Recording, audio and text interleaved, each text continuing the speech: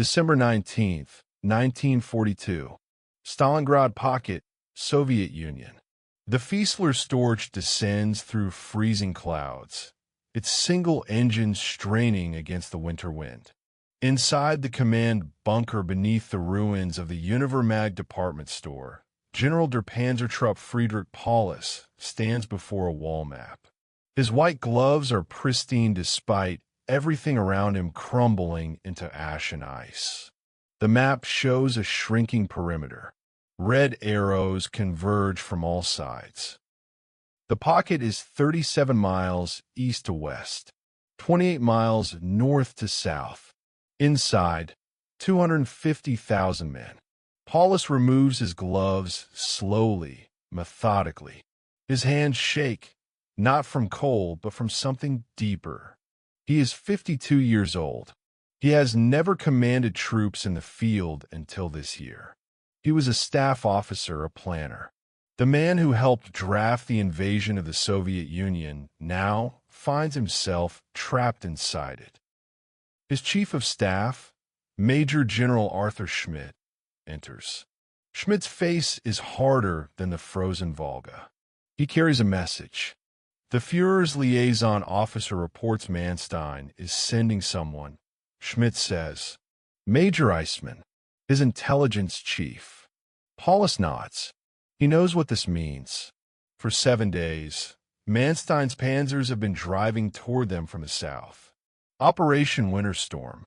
The relief columns are 48 kilometers away now. Close enough that sentries on the southwestern perimeter can see gun flashes against the night sky when the wind shifts. Der Manstein kommt. The soldiers whisper to each other. Manstein is coming. But Paulus knows what Schmidt knows. What every officer in this bunker knows, but will not say aloud. The Sixth Army is dying. Outside, 28,000 German soldiers have already perished in the month since the encirclement closed on November 23rd. The Luftwaffe promised 300 tons of supplies daily. They deliver 70. Some days less. The men are on 1/3 rations. 1 loaf of bread for every 5 soldiers. Horses are being slaughtered and eaten. Soon there will be no horses left. The wounded can no longer be fed. Paulus gave that order himself 3 days ago. Only men who can still fight receive rations. He closes his eyes, hears the sound of artillery in the distance. Soviet guns, always firing, always tightening the noose. Major Eisman arrives at dusk. He is young, efficient, professional. He flies in on one of the few aircraft still able to land at Potomac Airfield. The runways are cratered. The surrounding steppe is littered with the wrecks of Junkers transport planes shot down by Soviet fighters.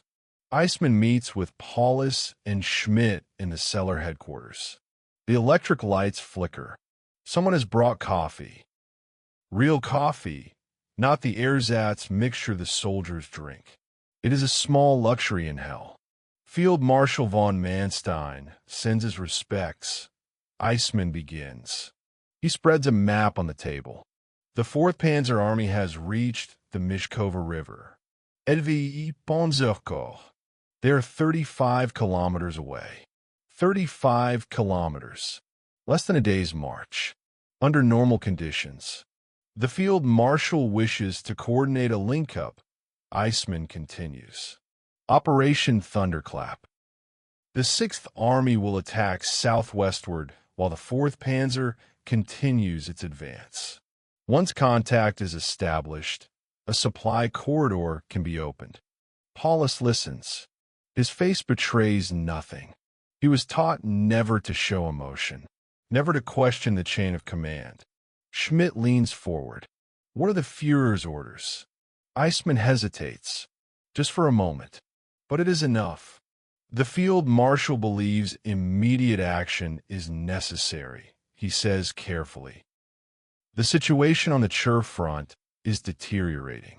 Soviet forces are threatening Army Group Don's flank.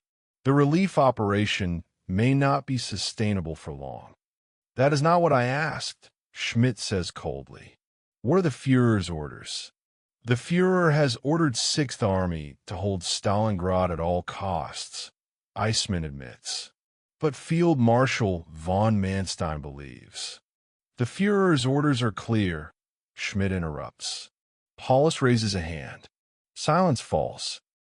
Major Eisman, Paulus says quietly, please tell the Field Marshal our situation. He walks to another map. This one shows the pocket in detail. Every street, every building, every meter of frozen ground his army still controls. We have approximately 100 serviceable tanks, Paulus says. Our fuel reserves would permit an advance of 20 to 30 kilometers. We have ammunition for perhaps 3 days of intense combat. Our soldiers are starving and exhausted. Many are suffering from frostbite, dysentery, typhus. He pauses. Outside, a shell impacts somewhere in the ruined city. Dust falls from the ceiling. If we abandon our defensive positions and attempt a breakout, Paulus continues, we will be moving on foot through deep snow in temperatures of minus 30 degrees. The wounded, and there are 12,000 who cannot walk, will have to be left behind. Every artillery piece we cannot move will be destroyed or abandoned. We will be marching directly into prepared Soviet defensive positions. Eisman absorbs this. He has seen the condition of the troops. He knows Paulus is not exaggerating. The Field Marshal understands the difficulties, Eisman says. But he believes this is the last chance. If the 6th Army does not move now, while winter storm is still in progress, there may be no relief at all.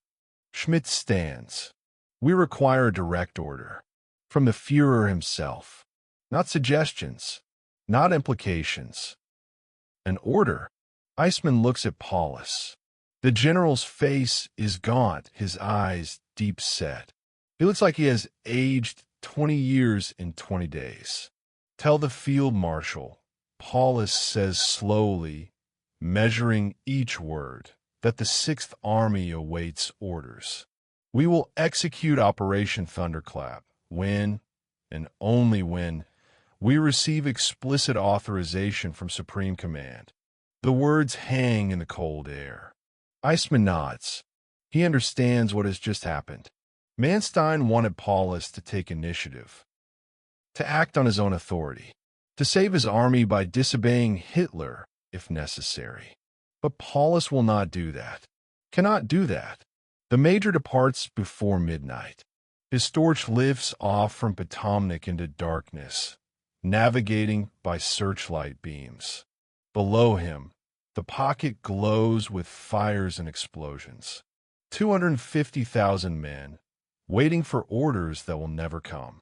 On the Mishkova River, 48 kilometers south, the 6th Panzer Division fights desperately to hold its bridgehead. Soviet reinforcements are arriving hourly.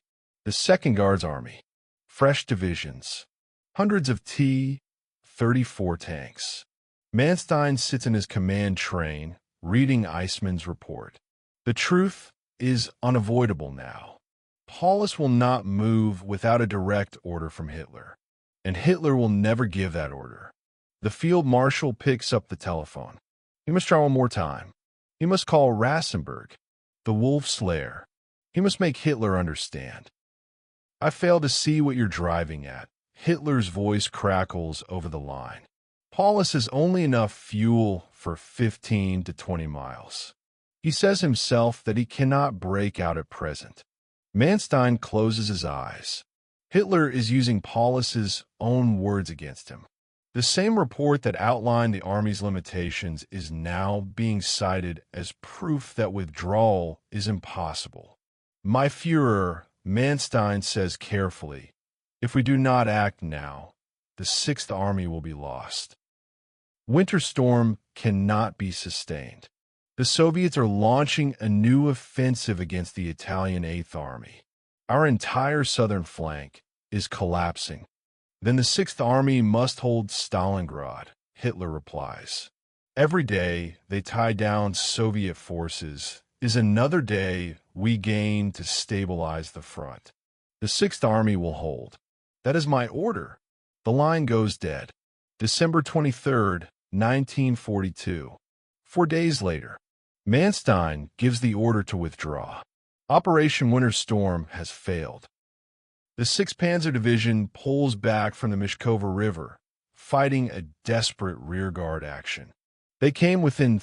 What is there to say? Outside, snow begins to fall. Heavy, thick flakes that cover the ruins and the dead alike. The temperature drops to minus 35 degrees. Soldiers huddle in basements and shell craters, burning furniture for warmth. They have stopped talking about relief.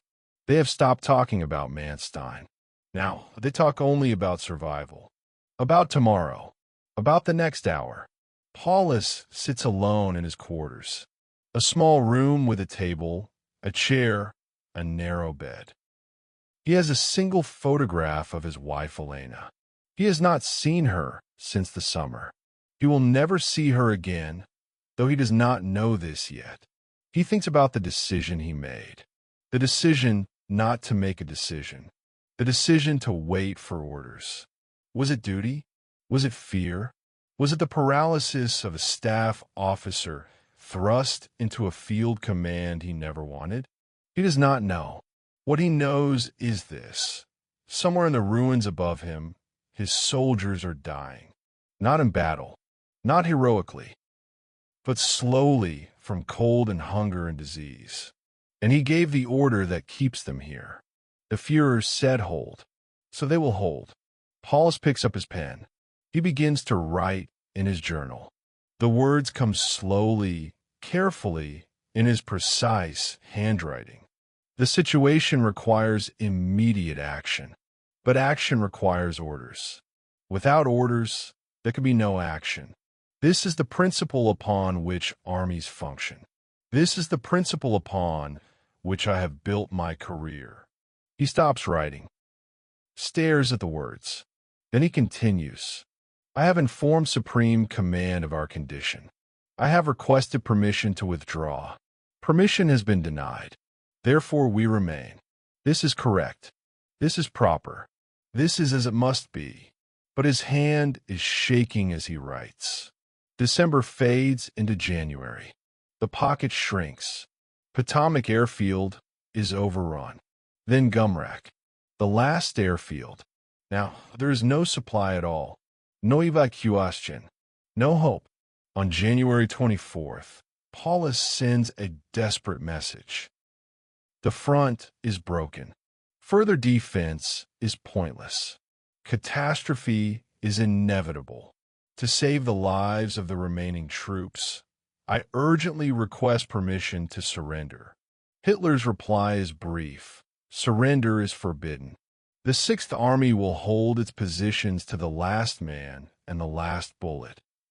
On January 30th, Hitler promotes Paulus to General Feldmarschall, Field Marshal, the second highest rank in the German army. The message is delivered by radio in the early morning hours. No German field marshal has ever been taken prisoner. Hitler tells his staff at Rassenburg. He will know what to do. It is an invitation to suicide. Paulus sits in the Univermag cellar. Around him, the sounds of battle have reached the building itself. Soviet soldiers are clearing the upper floors. Grenades, machine gun fire, boots on stairs. General Schmidt stands beside him. The promotion changes nothing, Schmidt says. We have done our duty. Paulus nods slowly. He is no longer the man who arrived in Stalingrad in August. No longer the fastidious staff officer who bathed twice a day and wore white gloves to avoid dirt. That man died somewhere in the frozen ruins.